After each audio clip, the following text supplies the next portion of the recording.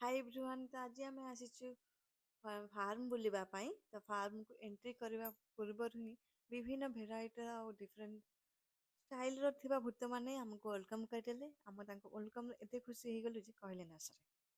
आउ मु तो भाबुतली फार्म रे केवल कखारु ही देखा मिल जिवो नाइ, भूत माने भी एठी परमानेंट रेसिडेंट। तो एंट्री कला पर मु एठी देखली कखारु कि ओल्लो, मु हे गेली कंफ्यूज। ओल्लो तो मु लागु ओल्लो, तापर देखली मका जोटा कि थिला कलरफुल। एमती मका मु फास्ट टाइम देखुची।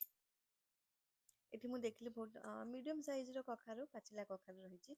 आ कलरफुल भी अछि, येलो व्हाइट एमती विभिन्न प्रकार रो। तो छोट कुनी कुनी अछि, बड़ा सुंदर लागुतला।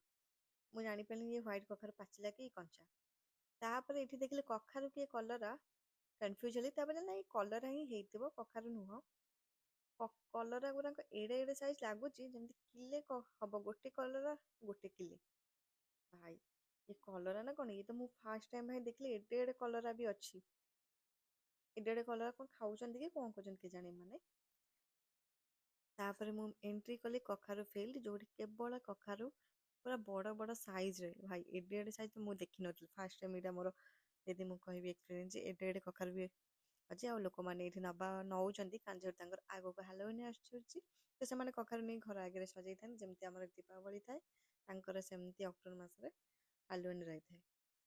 ଆଉ ଏ ଫାର୍ମରେ ଆପଣଙ୍କୁ ହାଲୋୱିନ୍ ଆଇଟମ୍ ସବୁ କିଛି ମିଳିଯିବ। ଡେକୋରେସନ୍ ଆଇଟମ୍ସ ଏମିତି ଡ୍ରେସ୍ ବି ଘର ଆଗରେ ଟଙ୍ଗେଇବା ପାଇଁ ସ୍କେଲିଟନ୍ ସବୁ କିଛି। ମୋର ତ ସରିଗଲା ଏଠି କଖାରୁକୁ ସପିଂ। ତ ବାଏ ବାଏ ଫ୍ରେଣ୍ଡସ୍।